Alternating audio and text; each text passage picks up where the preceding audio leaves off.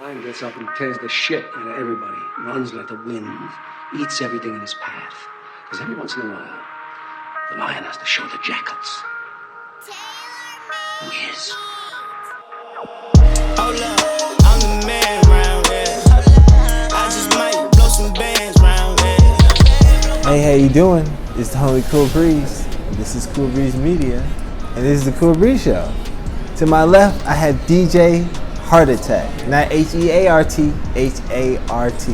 Is it? You wouldn't happen to be named Hart or anything like that, right? Yeah, my last name is Hart. Oh, okay. Well, introduce yourself. Let the people know what you do. Hey, what's up? It's your boy DJ Hartattack, and I do mostly parties from birthdays, weddings. I work with sororities and fraternities. For example, the Kappas and the Deltas.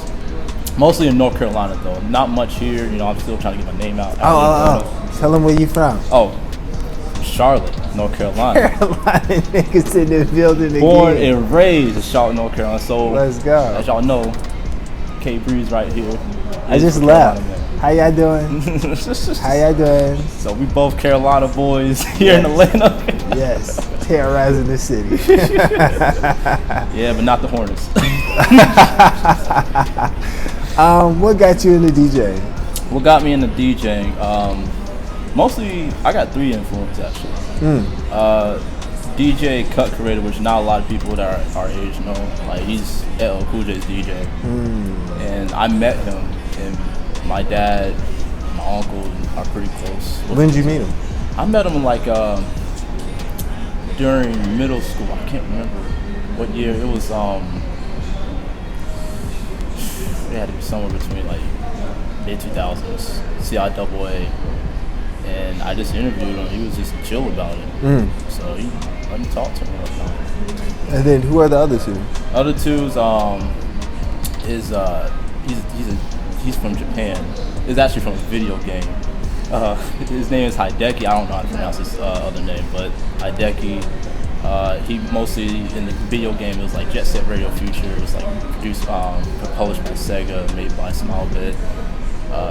Mostly what he did in the soundtrack of the game, like he mixed from like hip hop, the rock, the pop, electronica. He just mixed so many things. He had like Indian drums and stuff like that. He just mixed like everything in. And it's like a cake, and it was just addicting. I just kept playing that game, and the mixing was just phenomenal. How smooth it was. So that's what really got me into that type of music. And who's the third one? Daft Punk. Who's that? They're like French electronica group. You know what? That's actually cool. You're very, very diverse in like your craft. So it's like he's a young assassin. Now you're 22, right? Mm-hmm. And you moved out here for school? Yes. No. Take me through your journey as a DJ. Okay. Back in middle school, I had like a Newmark Total Control. It was like a very like small square, and it was nothing but just jog wheels, and you had your mid, low, and high frequencies and stuff like that. Mm-hmm. Just the very stuff that you see on a DJ deck. Nothing really too fancy. It was by I was playing. It was from Newmark. I think I already did. Anyway, the software I used was Tractor. It ain't what like I use now, but it was pretty solid for what I was using just back in middle school. Fast forward to 2014, that's when I really started getting serious about it, and it was the DDJ SX. That's what I use primarily now with Serato software, and I did my first party the same year I got that thing. It was just everything just started changing. Now, you love being a DJ? Oh yeah. Has it always been your dream to be a DJ? Not exactly. It was more like a hobby. It was just something for me just to do, play with music. I just love playing with music, mixing things in and just experiment, It's like I'm a surgeon in music. That's clean. That's clean. He's a surgeon. Dr. Hartattack. Now, I know some people who are DJs. I actually know them well. Can you actually listen to radio mixes without like critiquing the fuck out of it? No. I'll be just sitting there chilling. Sometimes if they are really just basic, I'm like, what you doing? Like, I'll be making mixes. I put them online on Mixcloud and Audiomack. I guess you can like put in descriptions or whatever. I'll give them. But yeah, most of my stuff is very versatile. I do reggae at one point. I was doing house, dubstep at one point. Why are you laughing? Because, man, it's a niche. People make money off of this. Yeah. Well, I was just doing it just for creativity, because when you actually do it, like being DJ, like live in front of people, no one's really caring what you're mixing. All they want to hear is hits, you know, based off what party and what crowd you're in. All you just want to hear hits. You be on the mic and every now and then, just hype up. Now, are you like confined to one specific niche? Because you said you did reggae, you did dubstep, but when you get into hip hop, is it like 90s hip hop, or can you do it all? Yeah, I can do 90s. I can do a little bit of like the new stuff too, but most of my clients are mostly just 90s, you know, and early 2000s. Then, you know, when I do, you know, people's like 16-year-old parties or like kids that are, you know, younger, obviously I'm gonna do young, you know, music, you know, mainstream hip hop that's now. So, but I would say mostly 90s. Do you ever have young people come to your DJ booth when you're playing just 90s music, like, yo, can you play something that was like 2015? No. I play what is needed for people that are young. Oh, so you specifically feel like the crowd? Mm-hmm. Okay. But every now and then, dude, it'd be so crazy, man. These kids, like, they will literally just do a one trend move for 1 second. Then I have to literally change the song. And then when the 90s come on, they be dancing the whole night. You know what? I feel like the 90s was made for partying. Even though we like say we get lit, and it's a movie. It's a movie. I'm not gonna do that. But we put so much emphasis on it. But they really used to get down. Like I was singing a 90s song. Can we talk? Listen, like all their music is made to like either dance or vibe. It's longevity. Yeah. It really does that. I think our music, even though it's good, I feel like some of it doesn't have like as good as shelf life. You feel me? Like, I mean, you could be listening to one song and then here comes the next one. Yeah, just on to the next one, for real. Yeah, and there's a lot more music coming out now too, because before there was only like, you know, I mean, there was only specific ways you could put out music. Even as a DJ, you had to have actual track, like you had to have a bucket with you. Yeah. Now all you need is your laptop. Do you get flack from like the older DJs when they're like, y'all ain't out here scratching for real? Well, I mean, they really can't say that because they're actually out here doing it too. Man. So, I mean, you gotta just go with the times. I mean, I respect the turntablism. I love watching old videos of just how DJ Kool and DJ Jazzy Jeff used to do it, and Grandmaster Flash. It was just crazy how it was back then. I actually, my stepdad has turntables. What? And the scratching on there is way better than the digital stuff. Well, really? Yeah. Well, the one that I have, the SX, DDJ SX, it can scratch, but it's not as compact like a turntable or a CDJ. So what is the difference from the scratch? Because I mean, we ain't DJs, but you are. But here's the difference between the scratching. If you're using like a turntable, it's on a motor, so everything is motorized. So you stop it, it's like instantly stop, but it's so smooth and it's just going at a rotating device. You can actually, you know, smoothly just scratch it, just cut it like that. But they are starting to really update most of these things, the decks now, to the point where scratching is a lot more maneuverable. You know, you have a lot more motors into it now. The one I have don't have a motor. Like, you can kind of switch it around and, you know, have the sensitivity, but I mean, all it is coming out of the software. Yeah. It ain't like a record. Right. And the record, I'm guessing the record Like is the vinyl. harder to do. The vinyl. Vinyl. Yeah. Vinyl's.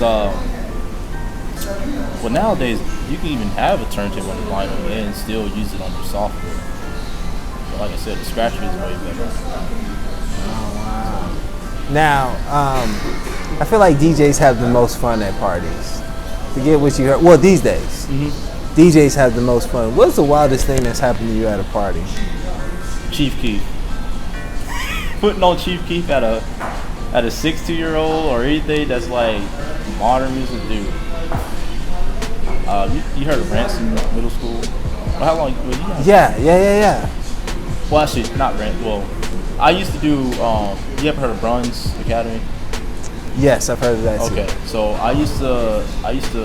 I secretly know about all the schools. Yeah, so I got a story for you. So whenever I go to Bruns, I'm always doing their little social, and every time I put Chief Keef on or any like at the time Kodak Black, Waka Flocka, dude, over. I had to put the clean versions on and stuff. They know the words. Oh yeah. And they Mo Bamba. That didn't come out the time when I was actually doing it. Oh, never mind. Yeah, no, you're fine. But they be going, like when I did Ransom the first time, and that was when Mo Bamba was still hot. Yeah. But when Chief Keef, they told me to turn it off at one point because they were getting. Oh yeah. You get rowdy. Yeah. Chief Keef make you want to be somebody you're not. Same thing with Waka. The teacher become the ops. We gonna go rock on the ops. Oh man. Now, who is your favorite artist? Because I mean, as a DJ, you kind of gotta have a plethora of like, yeah, you really gotta have a lot of artists that you not only listen to, songs you know that you can just pull from, that you can mix with, all that. But your actual favorite? Childish Gambino. Childish Gambino. Does it sadden you don't get to play him as much as you like to? Yes.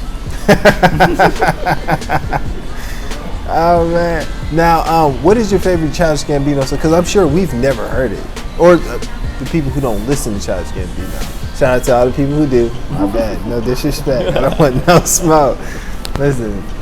Hold You Down. It was on his first debut album, and it talked about pretty much being a black kid, but also talking white. You know, it's pretty much the quote that said, "You're too black for, you're too white for the black kids, but you're too black for the white kids" type thing. I seen on your page you have a lot of anime and stuff like that. Has that always been a challenge for you? Just like not blending in completely the way you want to. It was a challenge in middle school mostly. I hate to go all the way back to middle school all the time, but it did happen most of the time that I did get bullied because of my voice, how proper, how articulate. This nigga sound like a white man. Yeah, but like they actually talked to me like the blackest dude because like I didn't have a lot of. You just have good dialect, yeah. Well, I had that same issue. Well, not that same issue. I had a similar issue. When I went away to school, I went to a school called Southern Virginia. And usually the black kids at the school are either basketball players or football players. I was the one football player that, maybe not the one, but you can tell I can speak kind of well. Yeah. I can get my words out in a way that sounds very, very good. And people used to just walk up to me and be like, "Oh, you're not like the other ones." It's like, what on earth does that mean? Like, I should report y'all for saying the other ones. I should but this was faculty because they had to deal with people and didn't understand like that background for real. You feel me? So yeah, I get it. Yeah, it was. I'm not gonna walk away from my own people because y'all want to make fun of you. And it's not even just me. There's other people that still. Oh yeah. So I mean, people still do it all the time. Say, "Oh, you still sound white, but you're the blackest dude I know." I'm like, yeah, I know. There is no such thing as sounding white. You sound like you know how to speak well. Like your parents taught you how to speak English. Yeah. The shit we have to say every day. You should be like, in return to somebody saying you sound white, you sound like you can't talk. Yeah. I mean, I that's what I'm gonna tell my kids, because I'm gonna raise them the same way I was raised. Yeah. Like, you better not say down the street, because me and you got a problem. It's like, who taught you that? Yeah, like, I didn't teach you that. See? Yeah. You feel me? So, what is your parents' background? My parents' background? My dad is originally from Gastonia. And my mom is from Bluefield, Virginia. Small town. So Virginia. Hey, Virginia, how y'all doing? My dad, he went to A&T in '88. My mom went to Southwest Virginia Community College in '88 as well. So I got, I'm grandfathered into the A&T family, so I got a lot of people. So that's how you ended up DJing the event. Okay. They were deep. Yeah. Oh my God, I thought it was a national championship. Dude, yeah, but they come in hot, deep. man. The alumni, man. Wow. They're alumni. Whew. Yeah. A&T come in heavy. I would love to see them versus like a Hampton or a Howard or somebody with a big alumni base like that. That was cool. That was super cool. They were deep. They were really, really, really. I was in the Peachtree Center, and that's all that was in there. Just Aggies. Yeah. Every time y'all scored, somebody just yelled, Aggie pride! But the thing about Aggies though, like, you just go to like tailgates, man. They be like, hey, you want some food? Like, they treat you like family, man. Heck, you cool. say, let's say like your sister goes to A&T, they be like, oh, she's from A&T. Okay, come on now. Like, that's how you family automatically. Yeah. Automatically. That's cool. I know a couple Aggies. I'm not shouting y'all out. All right, keep going. No, you're fine. You're fine. But how do they treat you? Like, I have to be honest. All the Aggies I know are like, I don't want to say mean. I'm going to say very serious. that's because of Drumline.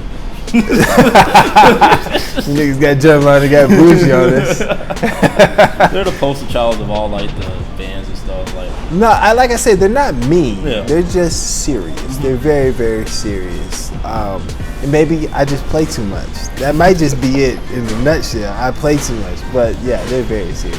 okay, well, you gotta have somebody that's like, you know, that's very boisterous and always, you know, having fun, man. You can't have serious all the time. Like, Well, yeah. Serious is boring. yeah, it is. There's a time to be serious. There's a time to be good.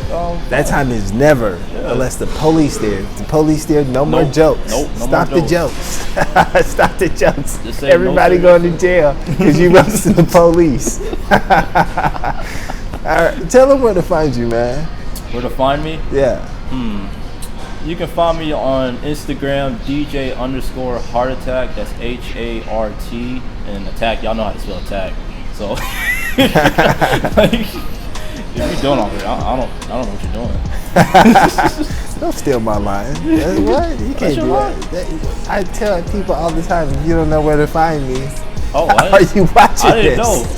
I didn't know. I mean, I did my research. I'm picking with you. You good. Listen, you can follow me at _KBREEZE __. That's _KBreeze __. You can find me on Twitter at King Breeze Sensitive Ass, and you can find me on YouTube at Kool Breeze Media with a K, of course. Y'all have a good day, man.